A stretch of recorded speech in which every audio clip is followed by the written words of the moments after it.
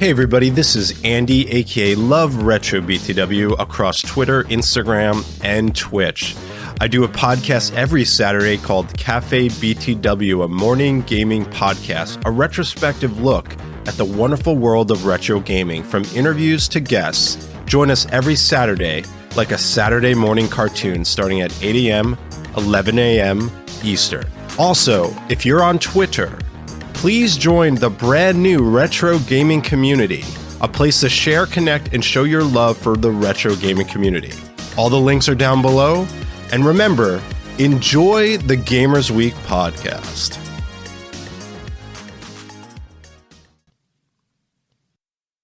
Coming up on Gamers Week podcast. I remember Nintendo did come over and they were in the meeting room next to us, and I had no idea that they were going to ask us to do this, but I did know that they'd come over to look for something which was going to look special on their system. And so the next day, Tim came in and says, yeah, they loved it. They loved everything. They want us to take one of their IPs and make something new with it. And then he showed me a fax the next day, and it was from Nintendo with the Donkey Kong character drawn on it. And they said, you've got free reign. You can do what you want with this character. Wow. Oh, wow. And when I looked at it, I thought, well, there's nothing to really do to it. You know, it was just something which I felt didn't really need fixing.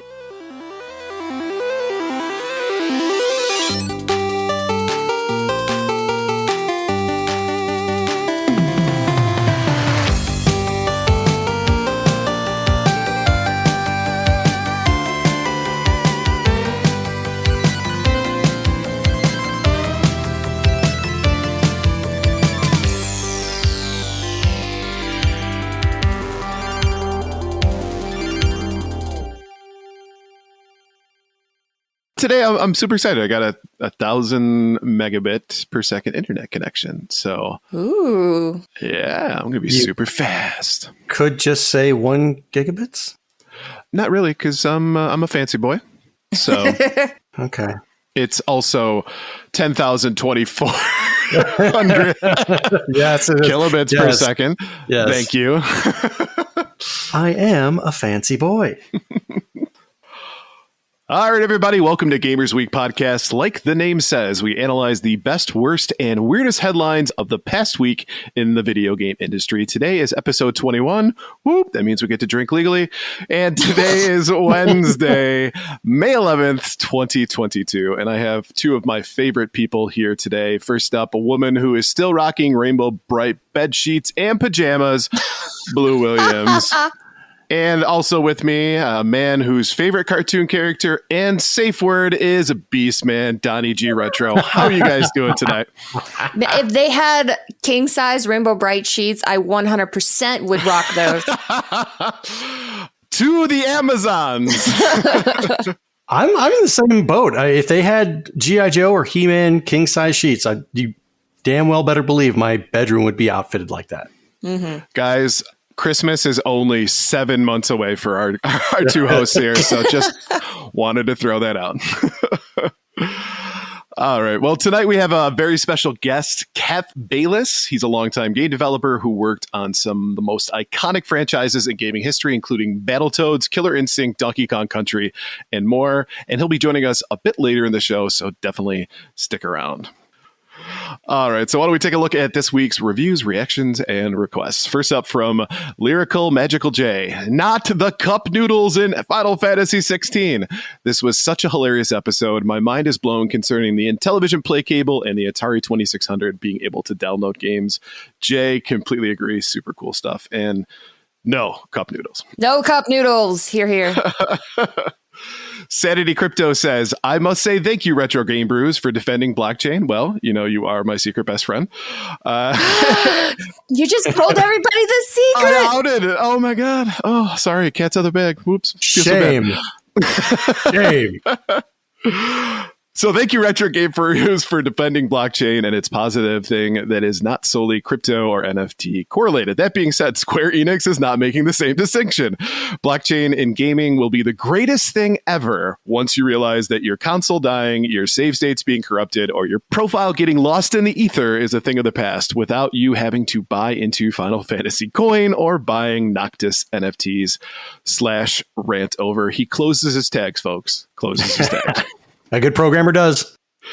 And last up from Memento Mori said, can I say that the barking laughter I got from one of you in episode 20, circa 8 minutes and 10 seconds, gave me life? I'm going through a rough spot, and knowing I caused that much hilarity is painted on my face such a big, stupid grin. Thank you so very much, all of you. You're very welcome, sir. You are very welcome. Thank you. That was, he's referencing, we were talking about who's your favorite video game clown, and he said Activision Blizzard CEO Bobby Kotick.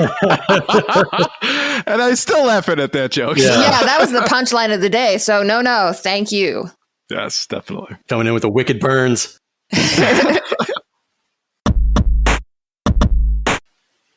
All right, Blue, so why don't we jump into our very important poll? Not my turn. I did it last week. Oh, sorry. Donnie. Oh, what?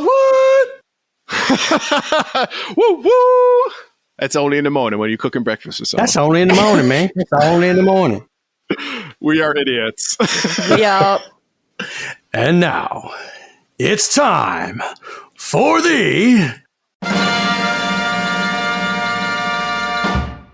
Very important poll. God, wow. Yes. Brought out the gun. Every Monday on Twitter, we post our VIP, very important poll. If you'd like to participate, follow us on Twitter at GamersWeekPC. So this week's poll question was, what's your favorite Donkey Kong game? Coming in at third place, Donkey Kong 64 with 20.2% of the votes. At number 2, nice to meet you, number 2. Donkey Kong, the original one, the OG, the arcade hit that started it all, coming in at 24.6%. And topping the charts this week, Donkey Kong Country 2, Diddy's Kong Quest with 33.9% of the votes. Now, you will notice I did say Diddy's Kong Quest and not Diddy Kong's Quest. It's not his quest, but it is. I know a lot of people have that, that mispronunciation. It's like it's not Diddy Kong's quest. It's his conquest. Yeah, I mean, which is of course a lovely pun. Lovely pun. Absolutely. It's a conquest. I know. Right? I Okay. get the pun.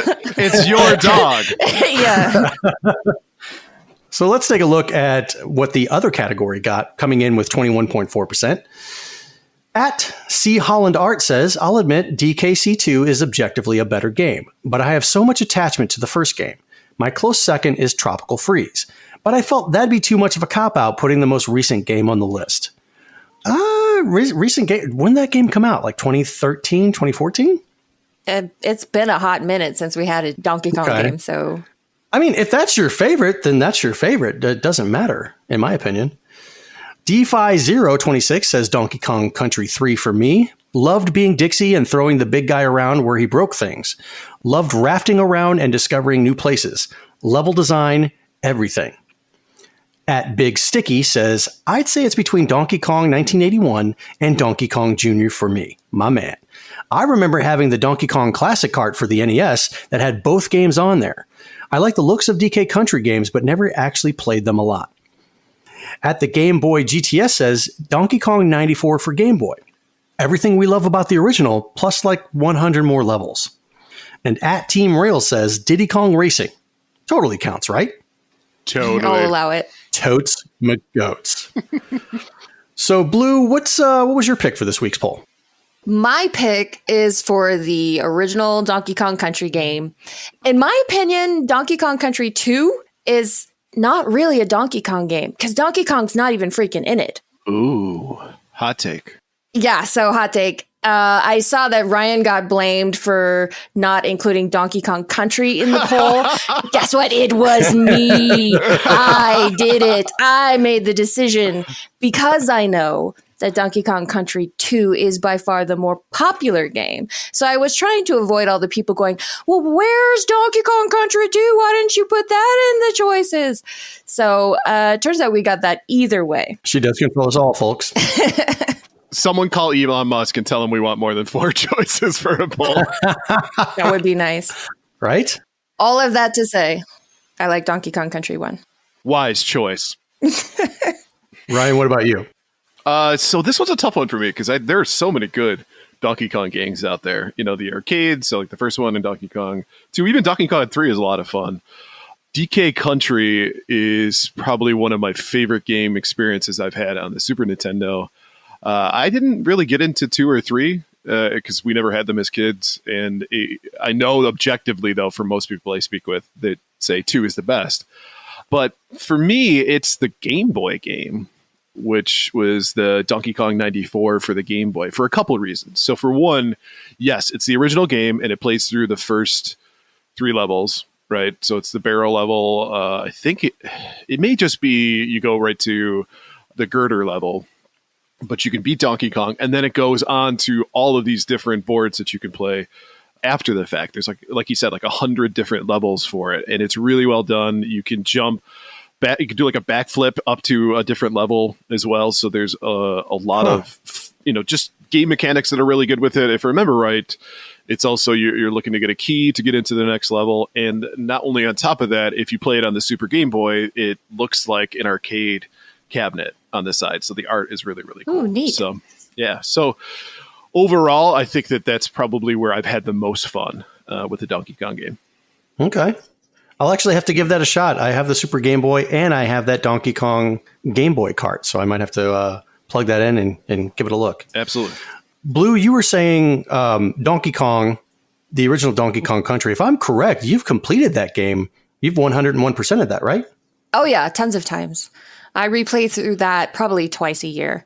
Usually I just play through it casually, but I went on the Retro Blast podcast a couple weeks ago, so I did a playthrough where I got full 101% so that I, have it fresh in my mind when I went on that other show to talk about it. Right. So is this game like second nature to you? Whenever you pick it up, you're just like, okay, I know where everything is at. No need to like go to YouTube or go on the internet and kind of remember where things are at. You just have it right there in your trap. Well, for the most part, but also when I was a kid, I saved up my allowance and I bought the Nintendo Player's Guide for Donkey Kong Country. So I've had that for, almost 30 years. So quite a lot of that book is sealed in my brain now. Excellent. Mm-hmm. So which one's your favorite, Donnie? A lot of great games here. No question. For me, the one that I can go to and pick up and play without any problems and always have a lot of fun with it is the original, the 1981 arcade classic, just Donkey Kong. Every time I go to, there are 3 arcade bars here in the St. Louis area that I like to frequent, and they all have this particular cabinet. Every time I go into an arcade that has it, I always drop a quarter in there. It's very challenging. It never gets stale. I know there are people that can sit there and look at the patterns and kind of determine where things are coming to next. I'm not one of those people. I was never good at that pattern seeking for an arcade game like that. It's a game I feel like I'm decent at, and that I could post a nice score on the leaderboards, which is what I've done before. I've left some places with my name at the top. Of course, it's been a piddly like 50,000 points when people like Crunchy Kong are posting up like 100,000, but nobody should really compare themselves to Crunchy, though. I'm kind of disappointed, Donnie. I thought you were going to go with Donkey Kong Junior Math. I've never played that game. And you shouldn't. It's a terrible game. All right, so why don't we go ahead and thank our patrons. We couldn't do what we do without the help of our gorgeous patrons. Here are the generous folks supporting Gamers Week on Patreon. Random Retro Dude, Princess Kitty Mew Mew, Rai Rai's not-so-secret best friend, Mega Retro Man, Gamma Troid, Emo-esque, Bill Tucker, Rybra's #1 fan, Fruitcake's #1 stan, The Wizard of Zardoz, Clayman71, Great Saiyaman 81, BNT Zilla Guy, Geek With That, Crunchy Kong, Sheriff Snacks, Frank Grande, Love Retro BTW, Steven Sand, Terry Kinnair, Ducks in Disguise, Jim and Colleen, Games with Coffee, Davey PGH, the Red Ox PDX family, including Shannon and Luke, and Zach. Huge thanks. If you like what you hear today, and we really hope you do, please consider joining us on Patreon. Your support helps cover the cost of producing the show, as well as other cool stuff we'll be doing like prizes and giveaways. You'll also gain access to our weekly patron-only bonus cast called Gamers Week Uncut, Patrons with Benefits. Visit patreon.com/gamersweek or follow the link in the show notes to learn more. Also, tonight we are debuting a brand new trailer for Gamers Week Uncut, so stick around at the end of the show to check it out. Boom. I'm so excited. All right, so why don't we go ahead and jump into our headlines for the week. Our headline segment is proudly sponsored by the Retro Game Club podcast. It's a fantastic family-friendly retro gaming podcast. In each episode, Rob and Hugh pick 2 games to play and discuss, as well as news, interviews, and other topics. Currently, they're working through Altered Beasts and Tetris Attack. Visit them at retrogameclub.net or follow the link in the show notes. Breaking news! RetroStack posted a headline stating Wata Games has been sued in federal court in a class action case. However, there's no real information available at this time, but we will definitely keep an eye on this. I know that makes a lot of retro gaming fans like pump their fist in the air like, Yep. yeah! We did it! I mean, there's always that two sides of the fence where people think like, okay, it's an investment. You have a sealed game. It preserves it. Yeah, I mean, you have to spend money for it to be graded, but it helps with the preservation of the game. But then there are other people who are saying that the games are meant to be played, which I completely agree with. But I don't know. What are your guys' takes on it? Well, so correct me if I'm wrong, but isn't the whole thing that people are upset about is that Wata isn't just stopping at grading the games, they're artificially inflating prices. Absolutely. They are engaged in some seriously illegal stuff if that's the case too. If they are artificially inflating the prices of these Wata games after grading them, they could be in serious trouble. So this actually might be indicative of what's going on there. Juicy. That's not going to help the value of my sealed Goonies 2 for the NES. I'll just let you get that. Damn it. From VGC, a new Microsoft patent could allow physical games to be verified for digital use. The patent suggests that players would be able to use an external disk drive, in this case, an Xbox One, in order to verify ownership of a game. The player would then be able to play the digital version on their Xbox Series S, a digital-only console. It's unclear if this would allow players a permanent license to use the digital version of the game, or a temporary one that would have to be re-verified. The latter is more likely, as if players were able to verify a game once and receive an indefinite digital license, nothing could stop players from buying a physical game, verifying it, and then returning it, which is a good point. On the surface, the patent could be reminiscent of canceled pre-launch plans for Xbox One owners to be able to install their disc games as full digital apps, which before Microsoft U-turned on the idea would have been watermarked to their owner. Digital licensing is a sore subject for Microsoft recently, as a wave of outages has resulted in some console owners being unable to launch games that they own. While the company has said that it plans to fix this in an upcoming update, it highlights a DRM issue that more and more are facing as players increasingly adopt digital purchases. So several points to touch on with this one. And I think that the most important is Microsoft having outages that's not allowing people to play their games. Right. Outages for days. Absolutely. Not even like they were down for a couple hours. They were down for days. Couple hours I can handle. You know, you go outside, you do something different, you touch some grass, you maybe you paint something, what have you. But paint some grass, do some stuff to some grass. I don't know. But you now incorporate a multi-day outage that you are unable. And if you only have one console and that's it, the Xbox is it, you're toast. You can't play your games. This is why I have such a big problem with digital only items that are stored someplace else, and I have to have internet connectivity to play them. It doesn't sit well with me. as I was reading this story initially, I was trying to think, who on earth is this for? Who on earth has a physical game and would rather have a digital game? And what I could come up with was people who are just trying to downsize, I guess. True. Would want to sell their physical games, but I guess still keep digital versions of the game. Though if it's an ownership that has to be re-verified every so often, then they can't actually sell the games and downsize. So that kind of seems to defeat that purpose. Right. The other one might be people who are desperate to get a new gen console and were only able to get the Series S, which is digital only. That's about the only person that I could picture this being for.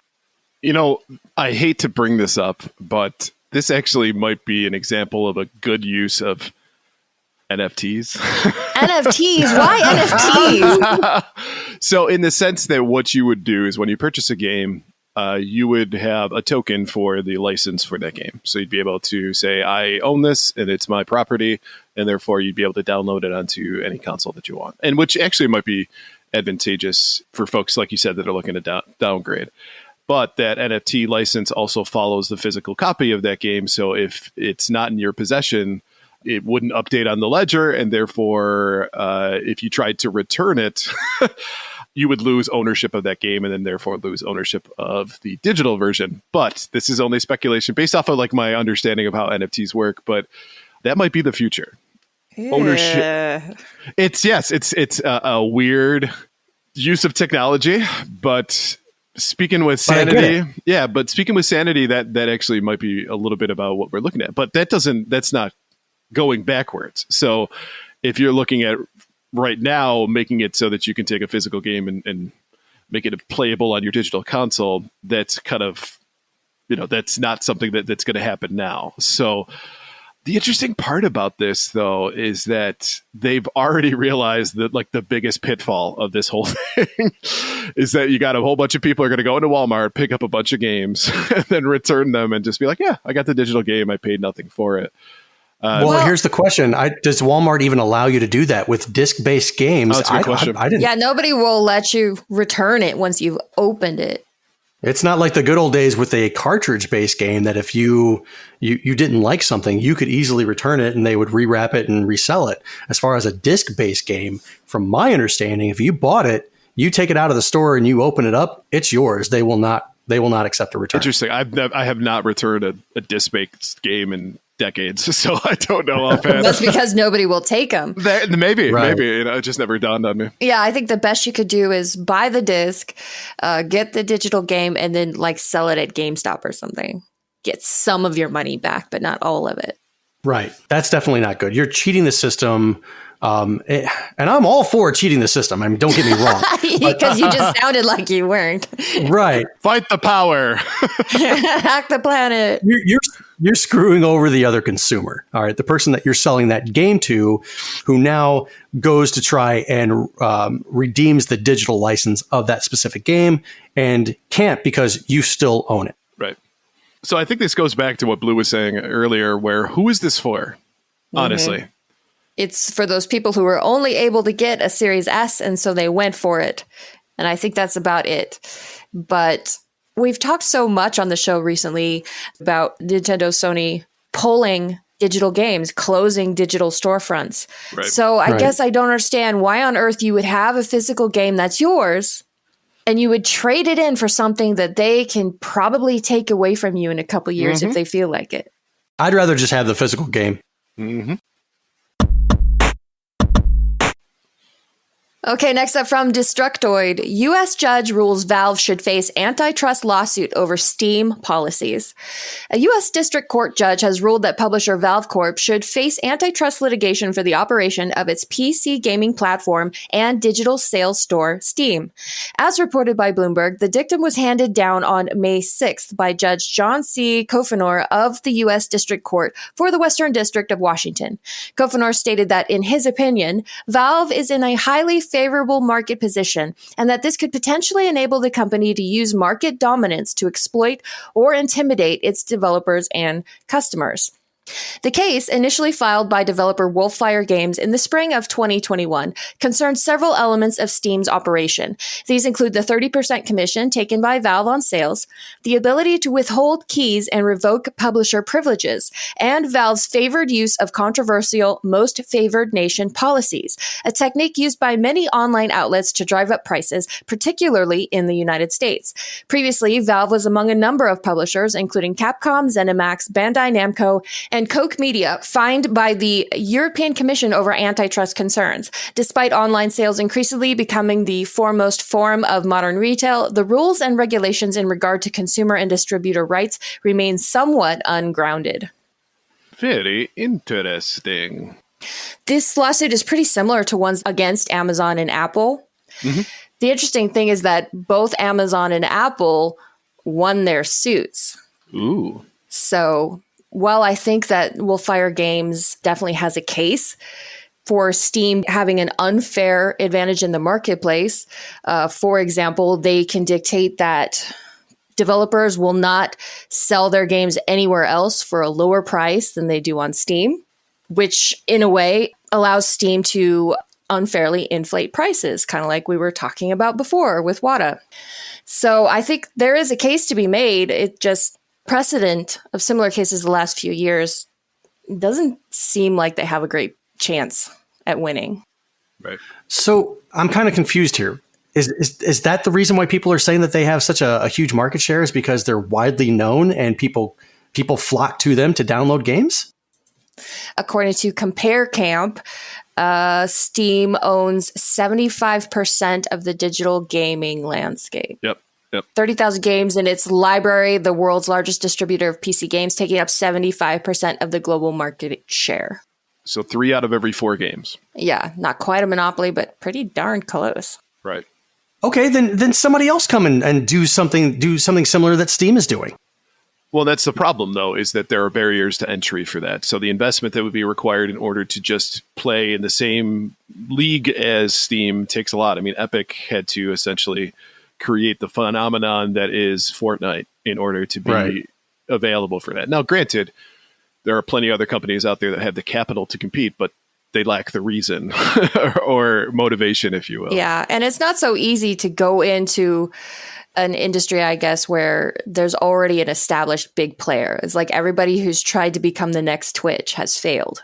Exactly. True. Exactly. Not because they lack the know-how or they lack the operating capital. It's just everybody's established at Twitch and they see no reason to move. And if you think of Steam is kind of like the Kleenex of gaming as well. It's a brand name that everybody's familiar with, and it's almost a verb, right? Right. Where instead of it just being a platform people use, it's almost referred to as more or less like the only place to purchase games. So Steam sales and all these things, and it's memeified. So, I mean, there's so much power that they have that's not just strictly capital. Not just the only place to purchase games, but the only place to purchase like older games. Oh, I yeah. mean, there are a ton of games that I have, like the Tex Murphy games. I love those, and the only place I can get them, I mean, aside from going to a thrift store or a specialized older PC game store to see if they have them, is to Steam. And you know, the one thing is that actually that marketplace, I think, is also shared by GOG.com for old school PC games. They have a large library for that. But again, they're niche. They're not the wide reach that Steam has. Right. If you were going to build a competitor to Steam, what you would need to do is have an enormous game, something of like Elden Ring comparability, and make it exclusive to your platform.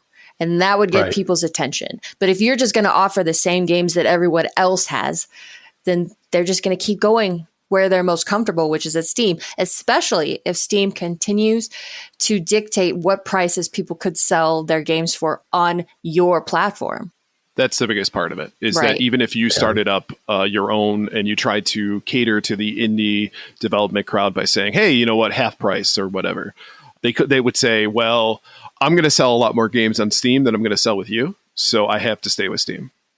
Right. But, I mean, you could cut commissions. You could say, rather than 30% commission, we'll take 15, but then how do you operate? You know? Yeah, there is that.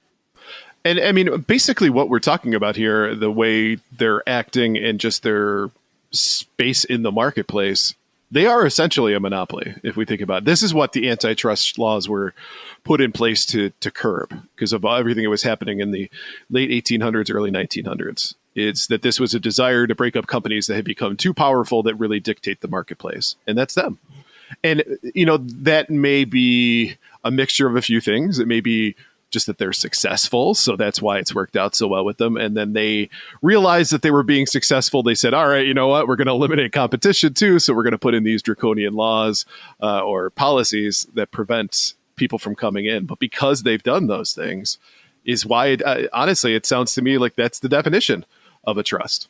Right. And Microsoft got in trouble for that years ago when they would force computer users to use Internet Explorer versus any other web browser. And they got in big trouble. They had to pay, I think, quite a bit of money because they were eliminating competition as a result of that because it was on their platform. Right. Which is funny that you mentioned that. I bought my wife a Surface tablet for her birthday. And she goes to she's setting it up and she's trying to download Firefox. And it's like, no. We'd prefer that you use Edge, Microsoft Edge. She's like, Edge is the worst browser too. I would like to use Firefox. And you had to circumvent this process in order to be able to install Firefox. And it's like, man, that's kind of tricky. How many people don't really know that you can do that and they just stick with Edge? Or just get sick of trying to jump through all the hoops and just like, F it, I'll use Edge. Exactly. Well, yeah. I mean, I have it turned off on mine and it finally seems to have stopped asking. So that's nice. You got the hint. You got the 10 count. You don't want me. Mm-hmm. It's going to pop up in 2 weeks because you've been talking about it. Probably. You can sense it.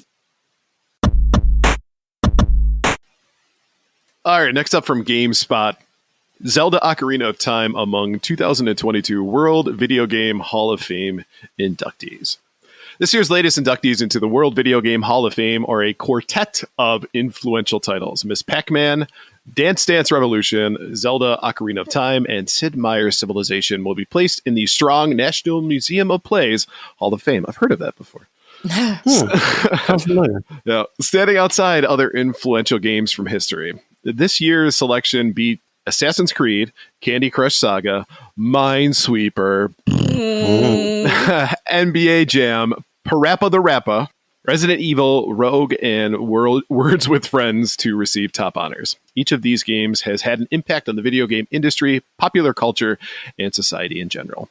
For Ms. Pac-Man, its more sophisticated and challenging gameplay along a reimagined title character made it one of the 5 best-selling arcade games of all time, and it joins previous inductees Pac-Man, Space Invaders, and Street Fighter II. With the character being replaced in recent releases, likely due to a legal issue, her induction is a great way to honor her legacy.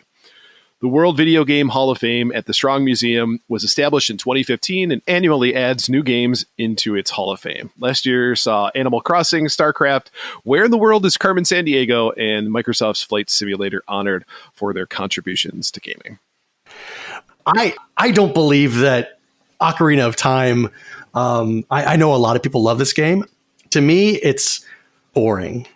It was one of those first open world type things in 3D where you could explore everything, but I could spend hours trying to look for the smallest thing. And if I don't find it, I'm going to wander around aimlessly with no direction and no idea what to do. And it really irked me when it came out. Yeah, we were having this discussion in our patron-only Discord, and kind of the feeling was that between Ms. Pac-Man and Ocarina of Time, those are the ones that feel like they could be swapped out maybe for something else that feels a little more deserving. Kind of the sentiment is we think the Zelda series needs to be represented in the Hall of Fame. We think Pac-Man series needs to be represented in the Hall of Fame. Ms. Pac-Man and regular Pac-Man seems like overkill. Mm-hmm. And I think you could really make an argument for a different Zelda game than Ocarina of Time as being the one to represent the Zelda series in the World Hall of Fame. My bid is for Link to the Past, but that's just me. Yeah, I think that's a good one. One other thing I wanted to address. What is this replaced in recent releases due to a legal issue. Do you know what that's about? I haven't heard anything about that. To Google. To Google! Enhance. I'm just thinking, like, people are like, man, Miss Pac-Man is way too over-sexualized. Right. I do not want to get into that can of worms. Okay, from GameSpot, April 11, Miss Pac-Man is being replaced and it's likely due to a legal dispute. As spotted by Twitter user Nick is Online Net, the newly released Arcade Archives port of Pac-Land replaces Ms. Pac-Man and Junior Pac-Man with new characters Pac-Mom and Baby Pac-Man, respectively. Ugh, Pac-Mom, give me a break. Gone is Ms. Pac-Man's iconic red bow and boots, instead replaced by a character wearing heels and a pink hat. So what's the issue? It all stems from the fact that Ms. Pac-Man was not developed by Namco itself back in 1982. Instead, it started life as a game called Crazy Auto and was created by a company called General Computer Corporation as a conversion kit for the original Pac-Man. Desperate for a new sequel and with no official Pac-Man 2 on the way from Namco, Pac-Man's U.S. distributor Midway signed a deal with GCC to release Crazy Auto as Ms. Pac-Man and sell it as a brand new game. The game was a hit, but Namco was not happy about the whole situation, stating it had never authorized the release of Ms. Pac-Man. Oh, Namco, sorry. So, yeah, basically Bandai Namco is butthurt about it, and that's why we now have Pac-Mom. I was envisioning Pac-Mom wearing, like, mom jeans or something. This is why we can't have nice things. Miss Pac-Man is just as iconic of a design as Pac-Man itself. And trying to change that just because you're butthurt that you really didn't get to design it and nobody loves what you did, sorry. You missed out. Suck it up. It sounds like a total Bandai Namco thing to do, though. Just saying. Totally. This also sounds like a Gaming History 101 episode, potentially. Oh, Yes, absolutely. There you go. Make like some notes, everyone. We all want to hear so much more about Pac-Mom. And you know what? There's also some controversy about the creation of Donkey Kong that I also wanted to do. So I might mix these together. No. Donkey Kong needs to be its own story. That's a great story. Well, I don't know if there's like a whole lot of meat on the bone in regards to what I wanted to talk about that, but it was created. Okay, I won't get into it because I'd like to save that, the fun punch for it. But some controversy there. The list of games that they have here that Miss Pac-Man, DDR, and Ocarina of Time did beat out, I'd have to think that at some point we will see these other games inducted into the Hall of Fame. Yeah. More specifically, NBA Jam. I mean, when you think about it, that was the very first sports game, if I'm correct, that you could play up to 4 different people on the same cabinet. I'm not 100% sure if that's the case, but it definitely was one that I think was one of the earliest, if not the first. Right. And it was such a hit at the arcades. You've got the iconic voice of Tim Kitzrow with all the boom shakalaka and just how tough and challenging and fun this game is. I'm expecting to see this inducted in pretty soon. See, when I look at this list of games, my mind says that Resident Evil should have been in there instead of Ms. Absolutely. Pac-Man or Ocarina of Time, because it's the game that basically revolutionized survival horror. But my heart says Minesweeper because I love Minesweeper. I'm with you on that. My mind's telling me no. You know what's interesting about Minesweeper is that in recent years, the speedrunning community for Minesweeper is huge. Absolutely huge. Really? Yep. So See, now that's a speedrun I feel like I could get in on. And the interesting part is that it's all based off of like the size of the board, right? So at the beginning, you choose, the size and the settings and everything. So there are so many categories that you can play, but there's also a million other people that are trying to do it. So getting that world record might be difficult. But man, if you know what you're doing when it comes to Minesweeper, though, it's a lot of fun. I know what I'm doing. And I don't. You want me to tell you how to play or like sit down and show you how to play? Oh, do you want to womansplain me how to play? I'll even the score just a little bit. Yes, I would love to learn sometime. Okay.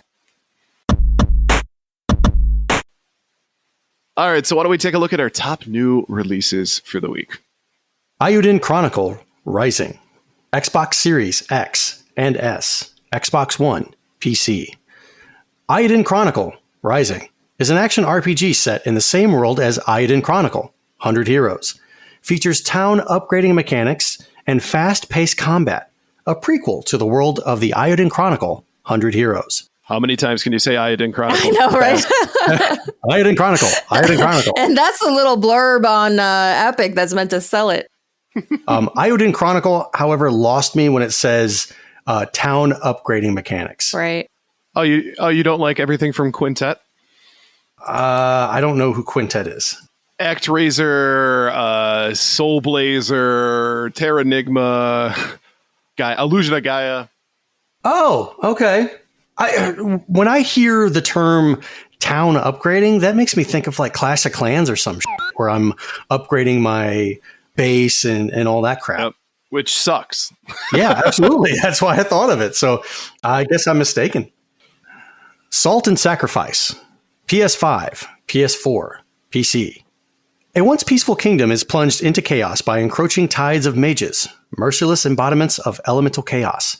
The Marked Inquisitors, a doomed force of the condemned, once again mobilizes to stand against the existential threat of magic.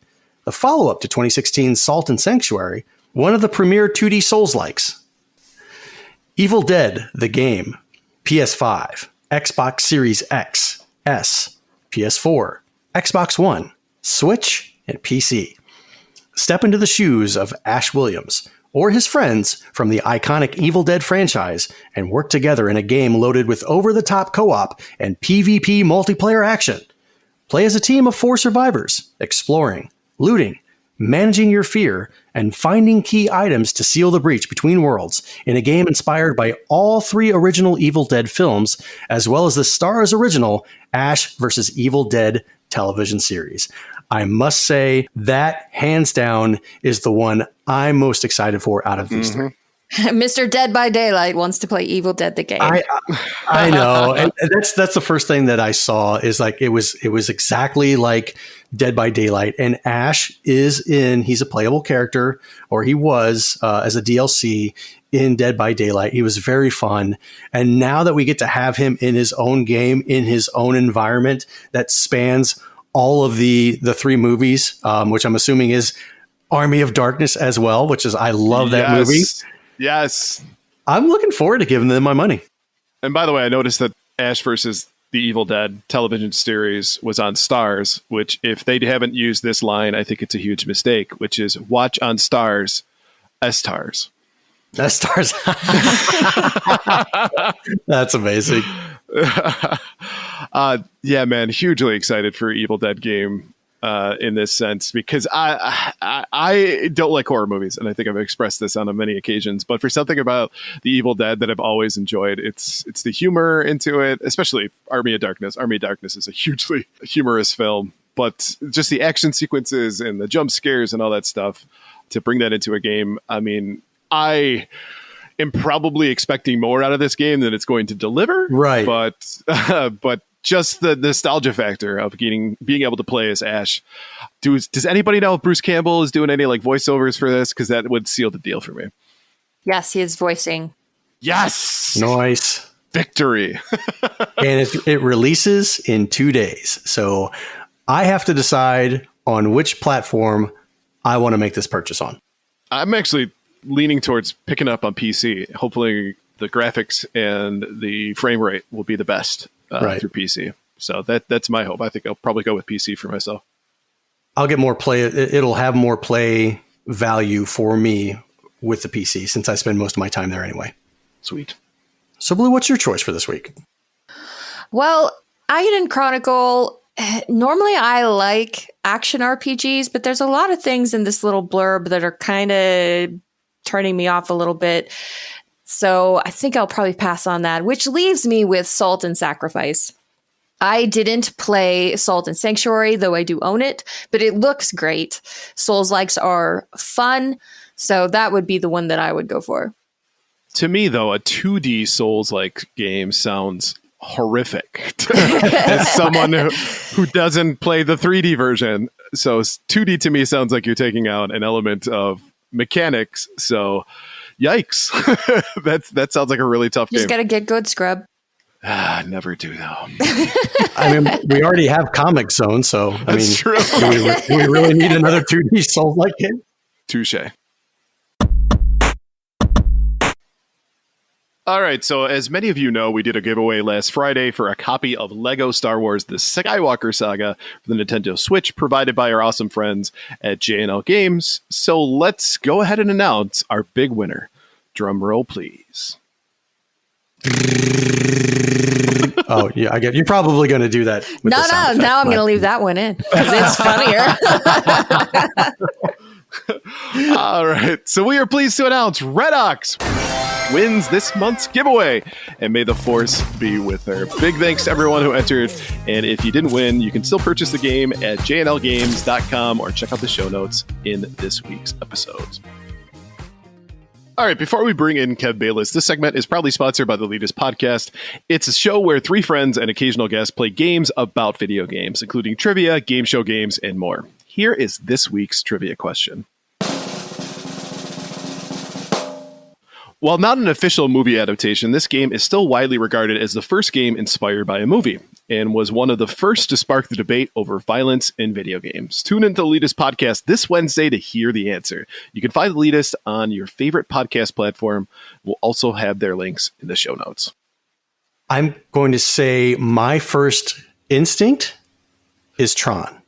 And you would be wrong, sir. Oh, in your face. Actually, this is something that we talked about on our conversation about the ESRB. So I won't go any further into that because if you really want to know the answer, you should definitely check out the Elitist. But I got it first guess, and I was super happy with myself. Punk. All right, guys, are you cool if I just take a quick break to use the bathroom? Yeah, are you okay? Yeah, just... I'll be right back.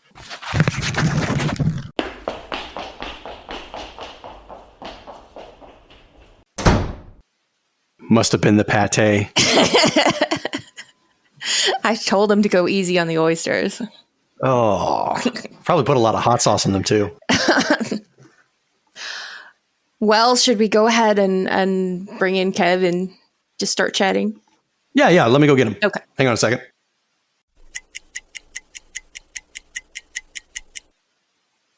Everything's opened up now that we've got all the social media we never had before 10, 15 years ago. None of us wouldn't have been doing any of this. So, but at the same time, I mean, I'm supposed to be up on all this shit, but I'm not because I'm a bit of an old dinosaur. I did mess around with MySpace back in those days. You're probably too young to remember that, but I mean, I knew MySpace very well. Yeah, it was the thing in like 2006, 2007, and that's all I ever did was mess around.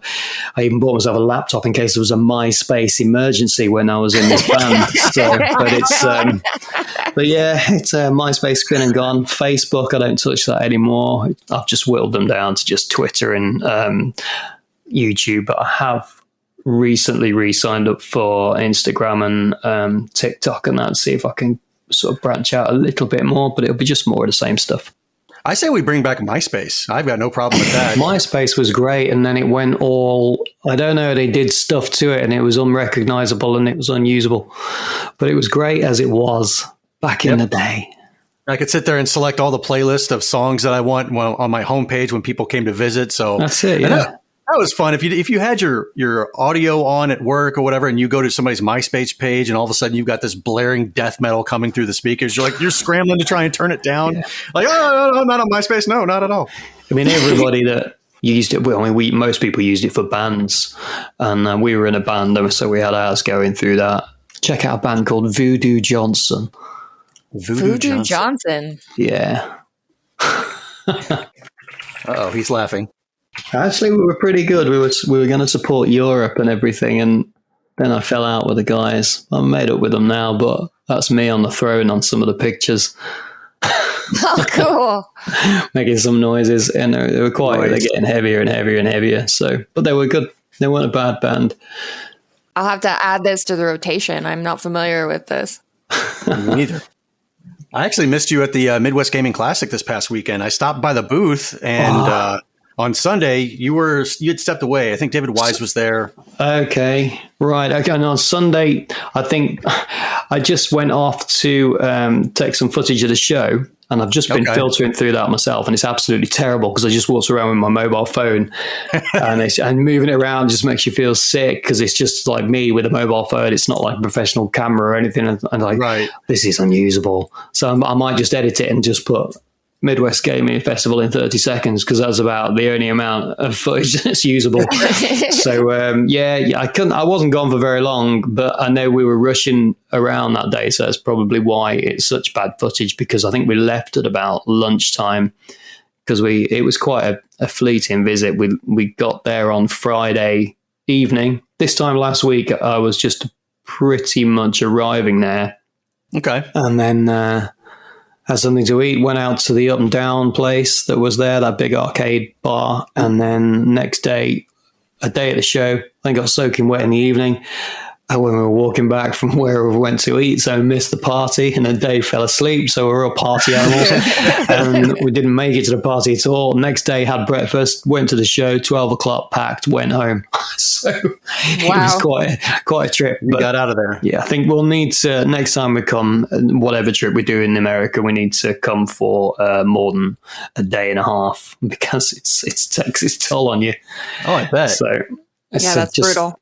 It's when you get on the plane and you look down at your feet and see your iPad or whatever it is that you've tucked on the chair in front of you, and you look at it and say, hang on, it was only minutes ago that I was looking to check that it hadn't fallen into the seat in front of me on the way here. It just didn't seem like we'd been there more than sort of 12 hours, but it was a good show. It was it's a much bigger show than I thought it was going to be. Well, Ryan's still not back. Should we just go ahead and start the interview? Yeah, I don't know how long he's going to take. I mean, I could call him, but I mean, what's the protocol for calling somebody in the bathroom? I don't think you should interrupt him. You're right. He probably needs not when oysters are involved.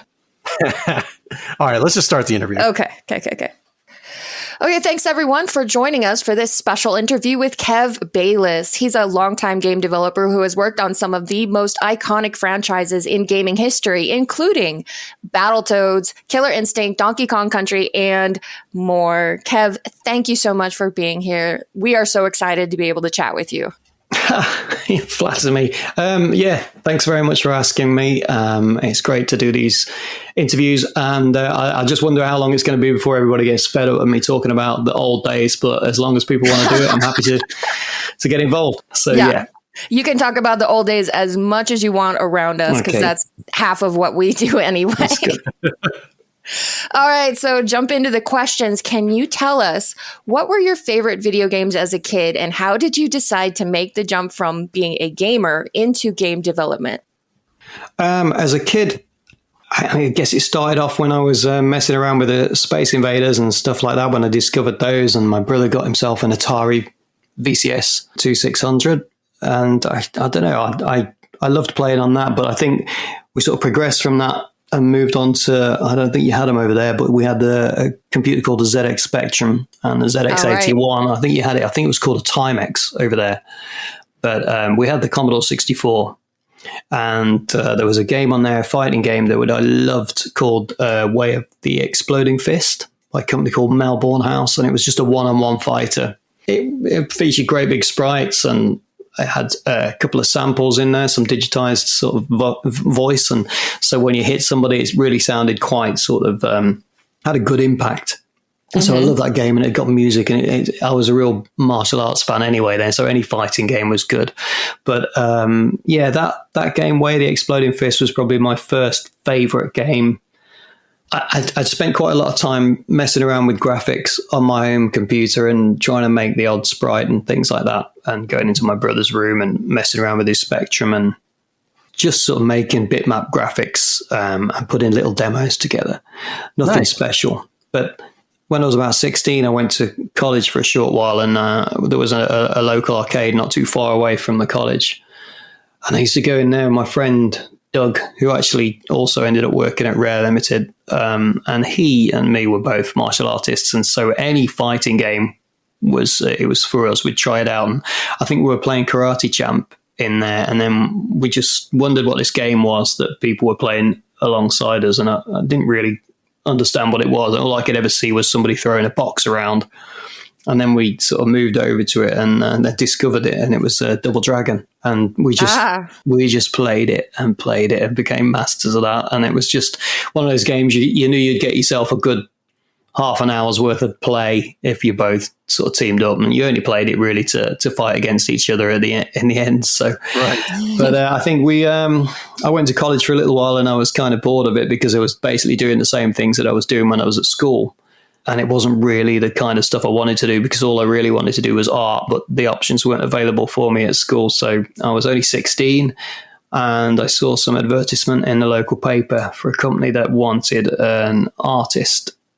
They were just advertising for artists, and they made video games apparently, and they were called Rare. And I didn't know anything about them. I applied because I was so bored of the college, and I'd applied for another couple of companies as well. But I just sent them a cassette tape with some of my drawings and sort of enhanced by music along the bottom, some demo of, say, Thundercats characters, which I drew, stuff like that on the 64 with an editor. And I got a call from Tim Stamper, and he says, "Would you like to come and see us?" So I didn't know who he was, but my parents managed to drive me there because I was too young to drive at the time, and they dropped me at this beautiful farmhouse in the middle of a village in the middle of Warwickshire in England. And he introduced me to the few people that were working there late that evening and showed me some of his artwork. And as soon as I walked through the door and I realized who he was after he showed me one of the covers to one of the games that he'd produced years and years ago, my jaw just dropped, and I thought, oh my God, it's Ultimate Play the Game, which is what they were formerly known as. Mm-hmm. And he offered me a job and said, "Do you think you can do this?" And I thought, no, but I said, yes. And then I started there the following week, and he sort of showed me the ropes, how to produce graphics, using tracing paper and a pencil and pen and working it all out because it was all very different back then. And I was there for about 18 years altogether. I always knew I wanted to get into the games industry, and I thought maybe I would just be drawing the odd title page as a video game loaded up, because if you remember on a Commodore 64, you'd wait for it on a cassette. I think you had discs more available in the US though, and we had to sit and watch 10 minutes worth of a cassette playing with all these squiggly lines on the screen, and they'd often put some music on and a screen in the center, which was like a picture of whatever the box art was, just done on the computer. And so I always thought I'd perhaps do that for a living. I can remember my friend Doug, the one that actually works, I think he still works for Microsoft. He said, "Oh yeah, what are they going to pay you? A penny a picture?" Yeah, I got the job there, and they paid me a lot more than a penny picture eventually, but it was a lot more work than just drawing pictures. So yeah, I think we earned our money. But that was what I thought I was going to do, and I was just really, really lucky to come across that company at the right time. But who knows what I'd be doing now if I hadn't seen that advert. Yeah, a job at one of the most iconic video game companies in history because you were bored. Yeah, it was either that or cleaning out cats' cages. I was going to be a vet, but I wasn't clever enough. Yeah, it was tough. So yeah, I opted for the video game route. Seems to have worked out. Yeah, I'm grateful for that. So if people don't know, you worked for Rare from 87 to 2005. Mm-hmm. Especially for people who were kids in the 80s and 90s, this is often considered the golden era of Rare games, thanks to titles like Battletoads, Killer Instinct, and GoldenEye 007. What was it like working for Rare during this time? That particular era, I mean, for me, it was kind of magical anyway when I started, because after coming from school and then suddenly being surrounded by people that were working at the company that you idolized, making games, which is all you ever wanted to do at that time. It was kind of a golden age from day one for myself. I guess working on the system sometimes became a bit stale because I wasn't really a fan of the NES. And as you went on and did game after game on it, because we did so many games on the NES, a lot of licensed products and a lot of things got canned, and so you'd think, when does this end? And then the SNES came along. Well, you guys had an unlimited budget from Nintendo, right? Working for Rare? Once Nintendo invested in the company, they'd already built up plenty of funds to create video games, and we had the luxury of spreading our wings quite a lot with the different systems. But we took on a lot of licensed products to begin with until we moved on to Battletoads, and that's when we wanted to get our own sort of brand going. But when that Super Nintendo came along, and we started experimenting with the 3D graphics to create Donkey Kong and that kind of thing, it was just a really exciting time because you'd really turned a page with technology. And so that for me, I would look forward to going into work so much. I would render some characters up on Killer Instinct, and I'd come home and I'd want to come back. I'd maybe leave work at 10 o'clock in the evening, and I'd get so far home, and I'd just turn my car around, drive back to work just to check that I'd set the camera in the right place before I'd rendered something, because often I would come in the next morning and realize that I'd rendered maybe 40 minutes worth of foot animation because the frame of the camera was pointing, it was rendering the wrong camera, and it wasn't rendering the camera which should be used for the side-on view of the character. And so I'd often get up in the morning and be really excited and just skip breakfast and come in to just play all those frames that I'd rendered the night before. And say sometimes they didn't turn out so well, but when they did, it was great. I think especially when the software, when I was working on KI2, the software was capable of generating fur and hair and stuff like that. I thought, all right, my stuff's going to look really realistic now. And that's when I came up with Tusk in Killer Instinct, and everybody had, rather than plastic hair like a wig, they had proper generated hair, and it doesn't look good compared to the hair that you get now, but it was just exciting to be able to experiment with all of that. But I think for me that the most magical time, really, despite having motion capture, experimenting, and all of the fun that we had with rendering Donkey Kong and the Killer Instinct characters, I think for me, there is one time which was particularly fun, and that was when we created Diddy Kong Racing, because it was just such a lovely game to work on. And we all had a common interest in racing games. And I had the freedom to create all the characters, and we'd moved on from the whole 2D, pseudo 3D environment, and we were fully in a 3D world which you could immerse yourself in. And so when we took that into a different dimension with the adventure element in the racing game, you would just sit there on a Sunday afternoon if I went in, because we worked pretty much 7 days a week.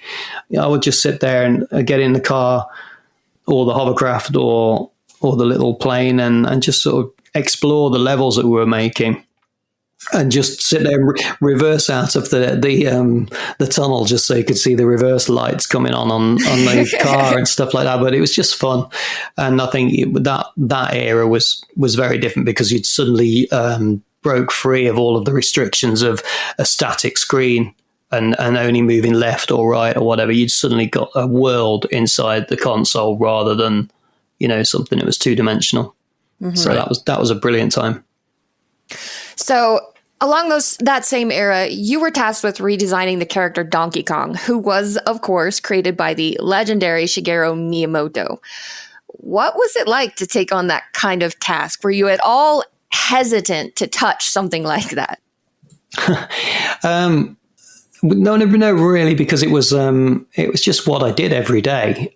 You were redesigning characters. Sometimes there might be the odd game that needed some graphics redoing, so I'd often be involved in quick fixes on things that weren't perhaps going as quick as they could, or needed to have some extra graphics doing. And so, in addition to doing the work which I was sort of focusing on, which was the Killer Instinct stuff, I was often asked to do little bits of other stuff too. And I remember Nintendo did come over, and they were in the meeting room next to us, and I had no idea that they were going to ask us to do this, but I did know that they'd come over to look for something which was going to look special on their system, because at the time we'd got Aladdin, which was released on the Mega Drive, and it was a beautiful looking game. And it had a lot of Disney animators working on the project. And so I think Nintendo needed something which could really sort of compare with that.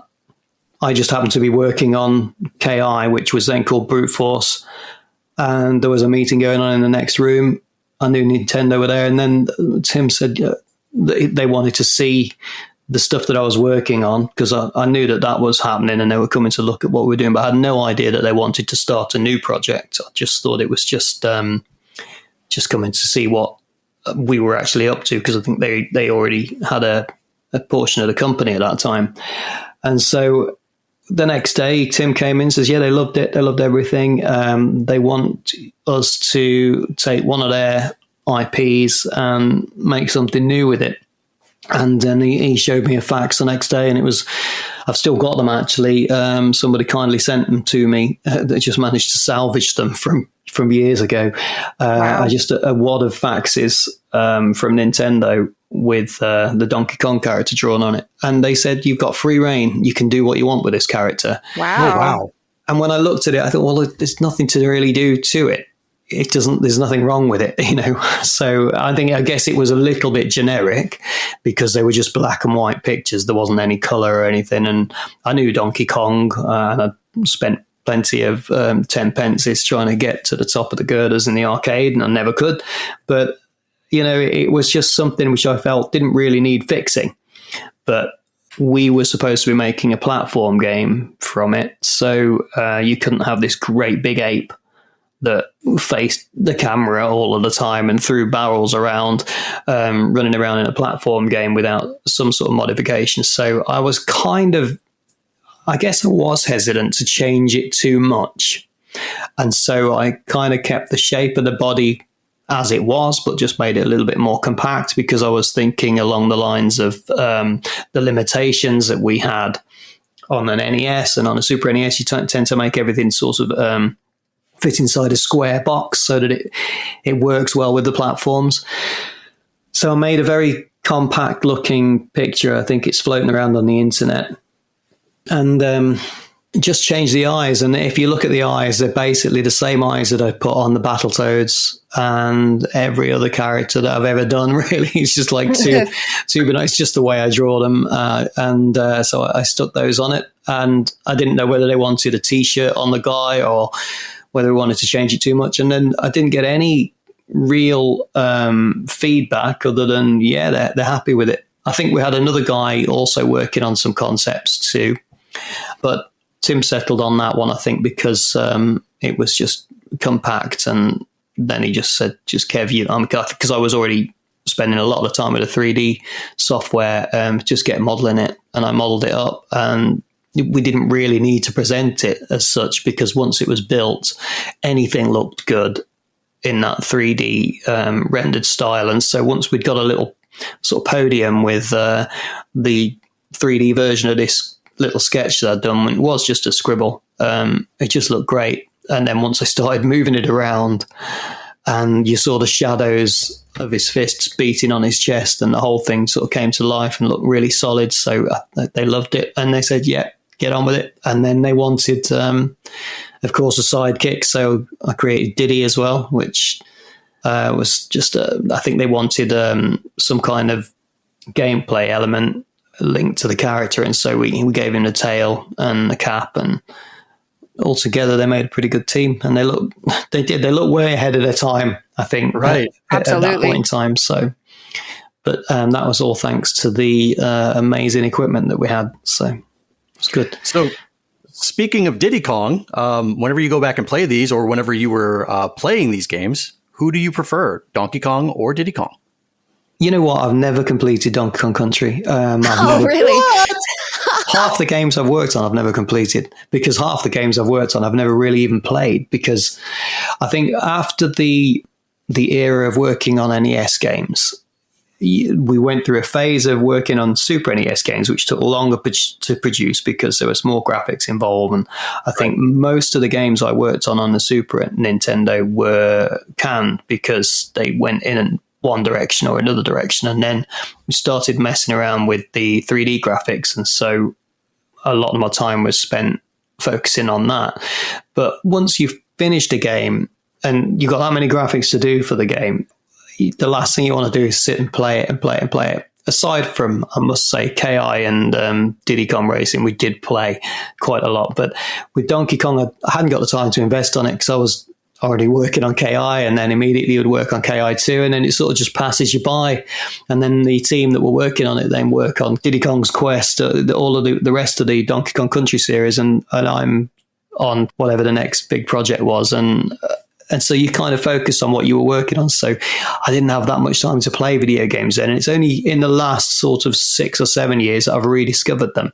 And even now, I wouldn't complete any of them. I'd just get so far through and look at the graphics and then start getting distracted by the sprites or what the content is rather than actually playing them, which is why I like to play the simple games or the beat 'em ups, because I think the beat 'em ups is a different kind of attention. You're just battling with somebody else. So, but no, out of the two characters, I don't have a preference between either of them, because I think they sort of they go well together anyway. You know, they work, and I say I'm proud of them both. It's not that I'm proud of them because I think they look amazing, because I say I don't think that there was a lot wrong with the original character that Shigeru Miyamoto created anyway. Right. But I'm very happy to have been the one that created Diddy Kong from scratch, and that he actually got his own game.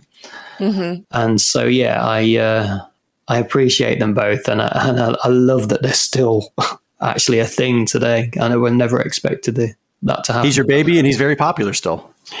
Yeah, it's really nice to see, you know. And I still, when I draw things, I draw them. I can't help it, but I draw things that way. So any new characters I'm producing, say for the project I'm doing with Dave, or anything that I do at Playtonic, you can bet you can say, hey, it looks a bit like Diddy Kong, or it looks a bit like Donkey Kong or a Battletoad, because it's just the way I tend to do things. Right. And every time I try and break away from that, I think my characters get a bit sort of diluted and they don't tend to work. It is what I mean, Whizpig is another example. It's exactly the same character. It's just slightly different shaped head with ears. Well, if it's not broke, don't fix it, I guess. No, exactly. So the music in Donkey Kong Country was, of course, done by David Wise, who is legendary and much beloved among gamers for his gaming soundtracks. How did you meet David, and how did you come to work together at your company, DK Creations? Well, it was just Dave was there when I started working at Rare. I think I'd been there a couple of weeks, and there was this cool dude coming in with long hair. And I always wanted long hair because I was into the rock thing, but I'd never grown it that long, and I was only quite young still. And he was coming in maybe once every couple of weeks with a small disc with a lot of tunes on to give to because I'd be working on maybe 2 or 3 different games at once. At that time, you'd do some sprites for one guy in the morning and then go and see somebody else. There wasn't many of us there at that point, but I'd be working on a few different games, and so they all wanted tunes, and it didn't really become fun, or you couldn't really get yourself immersed in a game until it got some music. It always felt more of a thing when it got music, so Dave was always pressured to get at least the level 1 tune or the theme tune working for several NES games at once. And so he'd be coming in and he'd deliver these discs, and I'd see him and I'd sort of just walk past him as he was coming up the stairs, and we'd cross, because this was a 3-story building, and he'd be taking a disc from one guy to another and dropping off maybe the theme tune to WrestleMania or something like that, and then going down to see somebody that was working on Beetlejuice and giving him their track. But it wasn't until I think it was about maybe 1989, 88 maybe, that we went on a ski trip with Rare. There was about 6 or 7 of us all went together to France, and none of us could ski that were the new people apart. The Stampers could all ski, but I think we all did a day crash course at the local dry ski slope, which wasn't very far away from Rare, and that's when I kind of became Dave's buddy.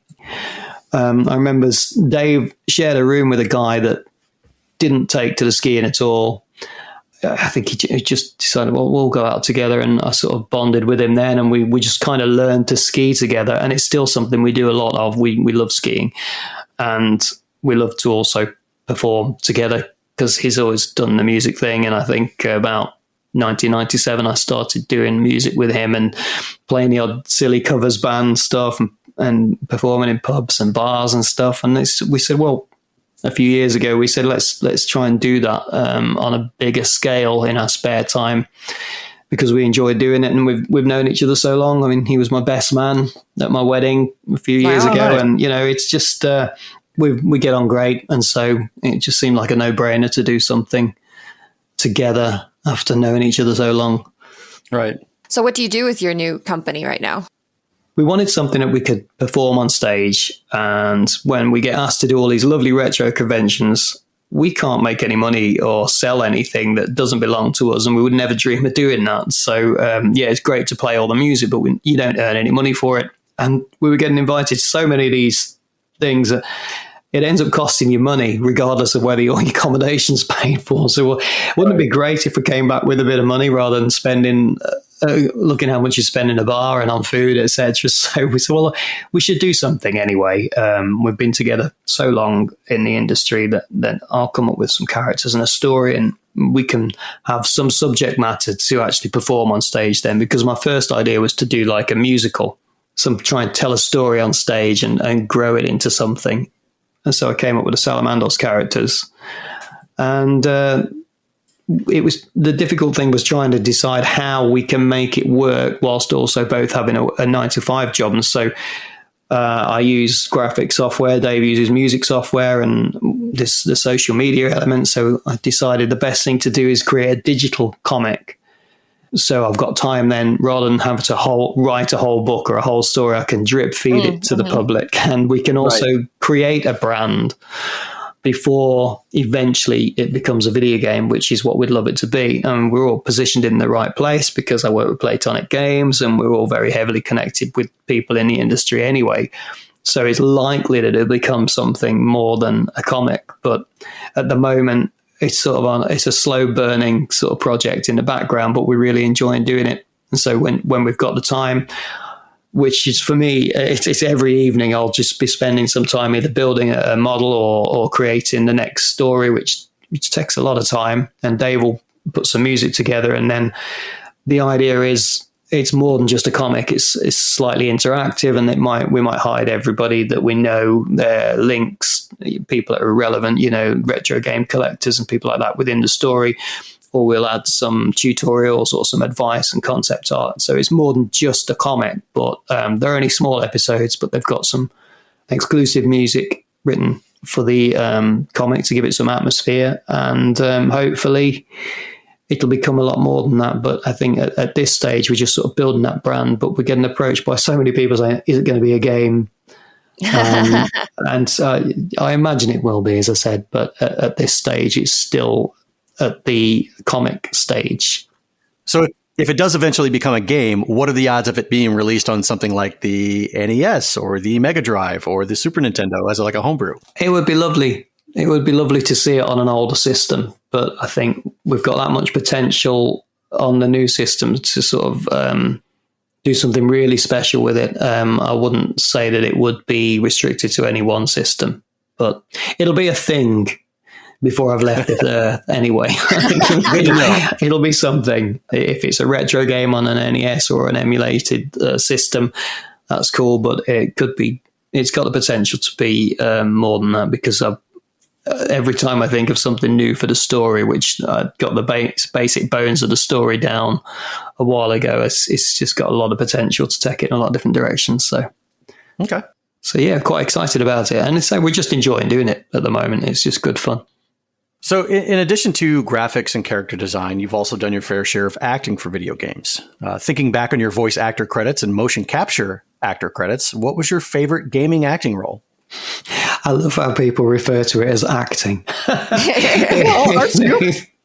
Well, you see, back in the late 90s, maybe a little bit before then, we'd only just started to expand our audio department, because Dave was the only musician for a while, and then we ended up taking the likes of Evelyn Fisher and Grant Kirkhope and Robin Beanland and Graham Norgate. There was lots of different musicians, and so we needed a department and we needed a studio, and then obviously we got the power of recording samples. And so as the games became sort of more cinematic, we needed voices, but I don't know many people. I don't mind doing it because I'm an idiot and I jump around on stage and make a noise, but a lot of people would be too embarrassed to do it.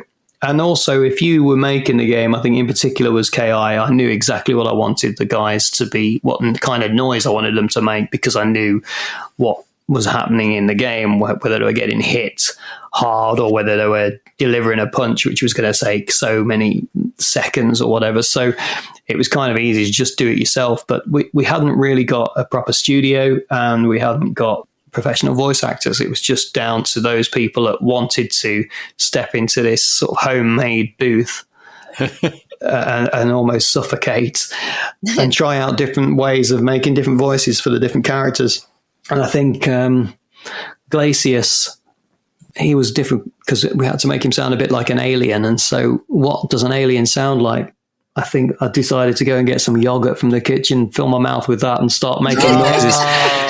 And so it was you'd just be sort of half joking and half making sort of fighting sounds, and it kind of worked. But I think the motion capture stuff, I mean, I did pretty much all of the stuff on Killer Instinct, because the suit that we had was connected up to a lot of wires, and it was all a very old system compared with the technology you've got today. And it was sort of held together by all of these sort of padded straps, like elbow pads and knee pads. And it was the most uncomfortable, itchy, wet, damp suit to wear after it had been on a few times. And it only really fitted me anyway, but I was the only one there that had any sort of martial arts experience, and it was a fighting game and we needed fighting moves. So I sort of, I'm not the best martial artist in the world, but I could get my legs up quite high, and so it kind of helped. And it was great for all of the other characters. And I think with Orchid, you could just tell by the motion capture that it was a guy walking around with a load of cables coming out of his back. So occasionally for some of the animations, I think the only other person that would actually fit in the suit would be Tim's sister, actually, Louise Stamper. And she would get into the suit and do, I think, the majority of Orchid's moves. But for any of those moves that needed a high kick or whatever, I would put the suits on. And if I needed to walk around for a sequence, I'd put some high heels on, because it just changed the way that you actually walked around. Because it is surprising how it picked it up on the motion capture.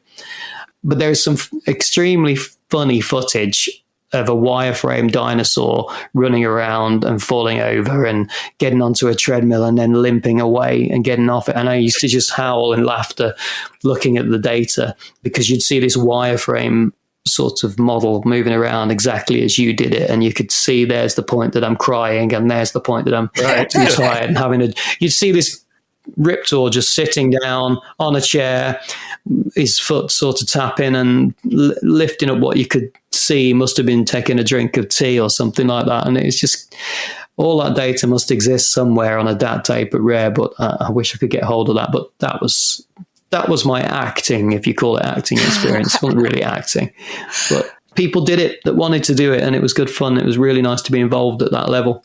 Well, for the record, when you go to Google and you type in Kev Bayliss, the first result that it suggests is Kev Bayliss voice actor. So okay, Google, that's what Google says. Maybe I'll get myself some voiceovers for some TV advertisements then, and you pay the bills and help me get Salamandos off the ground.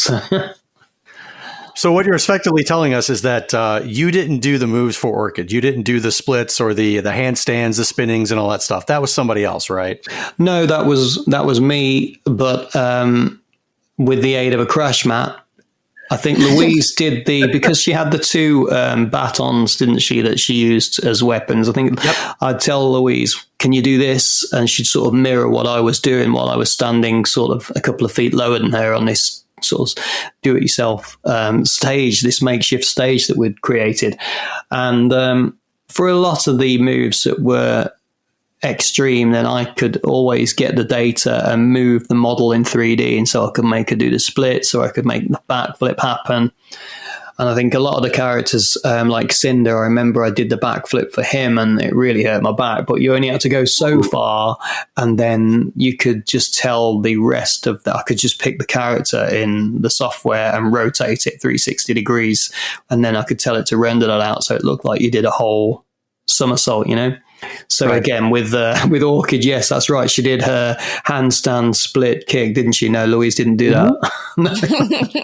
So now every time I play Orchid, I'm going to think of Kev Bayliss doing the. I think she would have gone into the cartwheel part of it, and then I would have cut it there, and then I'd have animated the rest of it by hand.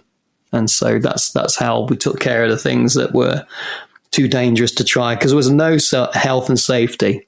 And as I said, I injured myself a fair few times trying to do moves for the love of the game. So that's awesome. So you're now with Playtonic Games, as you said, working on the ukulele series. How has game development changed since those early days at Rare, and in what ways is it still the same? It's the disciplines are a lot more specialized now. When I was at Rare, I was expected to do graphics for a character and then animate that character. And also I'd do the front end graphics, and then I'd do the backgrounds, at least when we were on the Nintendo or the Game Boy. And then it wasn't until years later that you'd start to get environment artists when we moved into 3D, and the front end, the UI artist or whatever.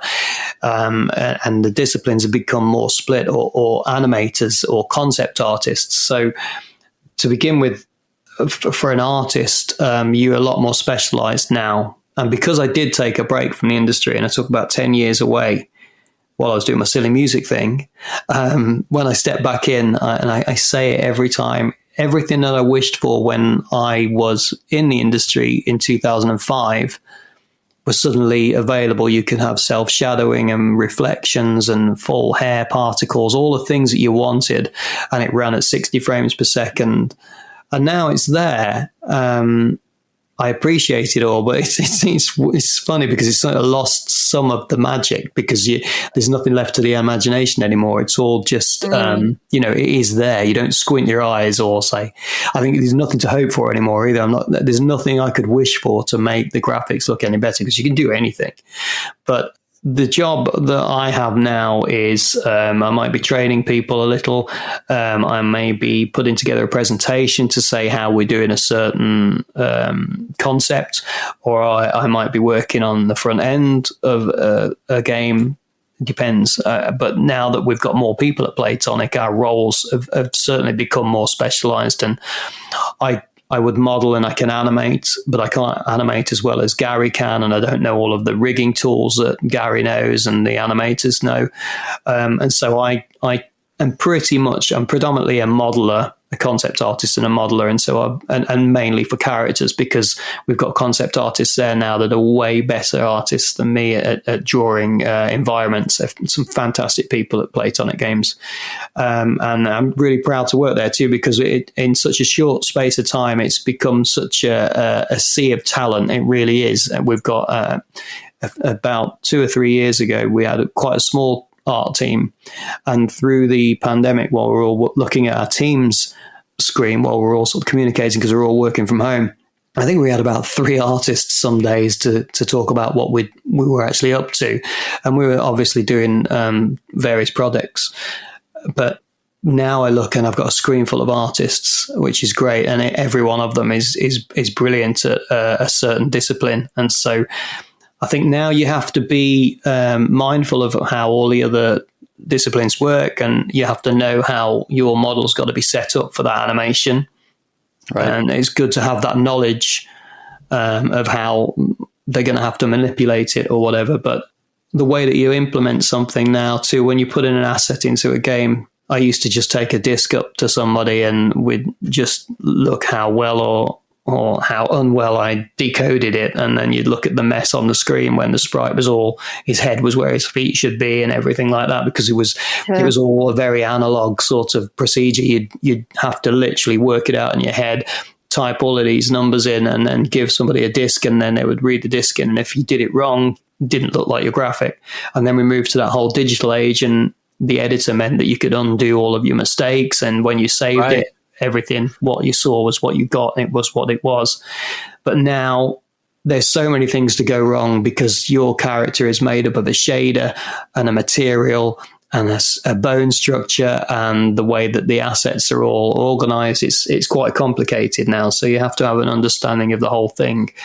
And it's still fun. And unfortunately, at Playtonic, we still have quite a bit of freedom and quite a bit of free reign. We've got the best people on the job for everything that we do, but fortunately, because I've got the experience working in other areas, I can sort of put my hand in one or two other disciplines, and do a bit of animation to test something and get a bit of fun out of seeing my character move before it goes on, and then a proper animator moves it. So, but yeah, it's very different, but it's I think everything's got a lot more complicated there, hasn't it? I mean, look, we're on what we're doing with social media and everything like that.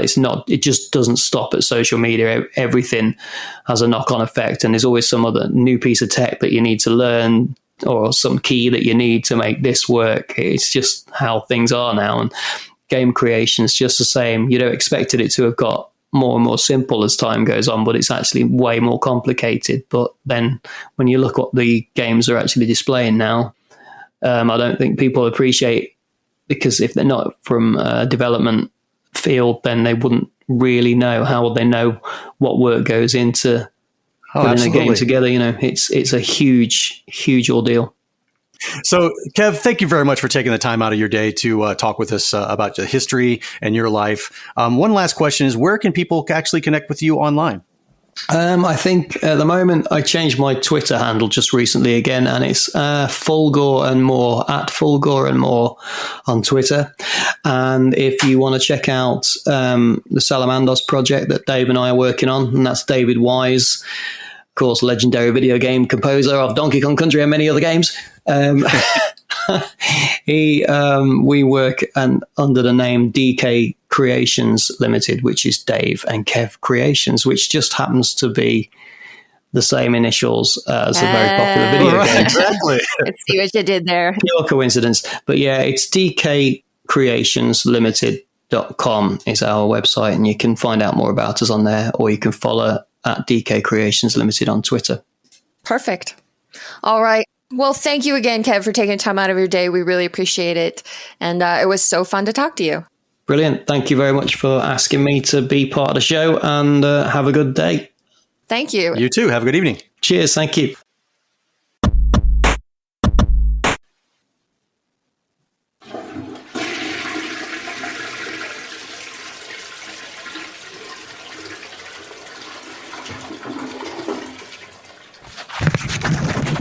Whew. Oh, man.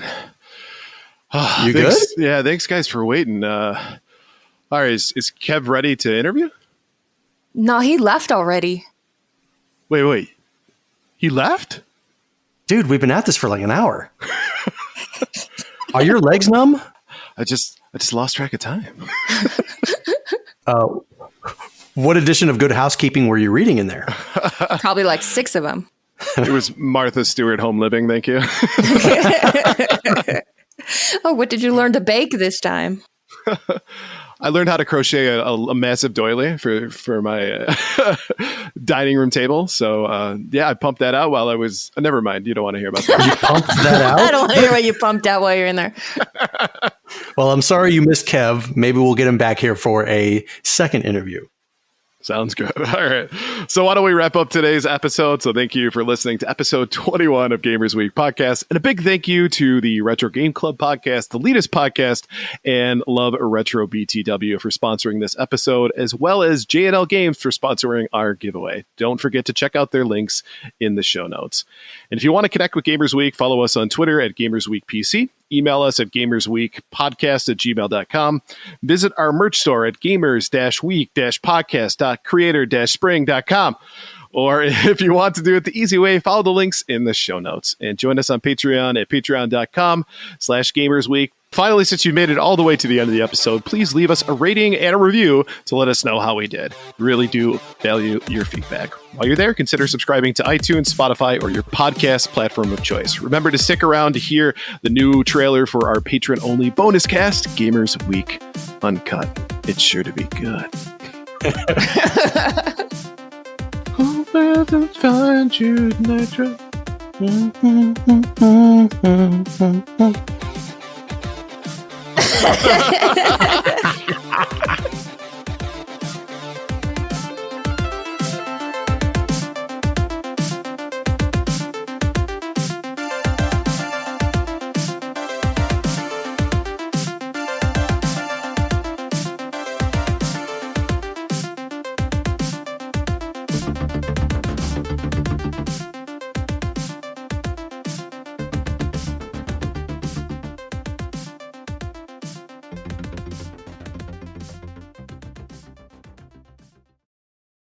Oh, what? Welcome to Gamers Week Uncut. Welcome to Gamers Week Uncut. Welcome to Gamers Week Uncut, Patrons with Benefits. This is the unscripted, patron-only bonus cast with less editing and more dirty jokes. We don't know where the conversation will go, but we're sure it will be weird. This fish just went right on my nipple, and I'm just like, I Google Street Fighter 6. The first search result that comes up is people think they can see Ryu's in the Street Fighter 6 reveal. Listen up here, kids. You're not going to want to get one of those VDSTDs things, right? Make you fall off. When you go, grab a pro. You'll be doing it for America. that was perfect. If you want to hear weekly episodes of our patron-only bonus cast, join us at patreon.com/gamersweek.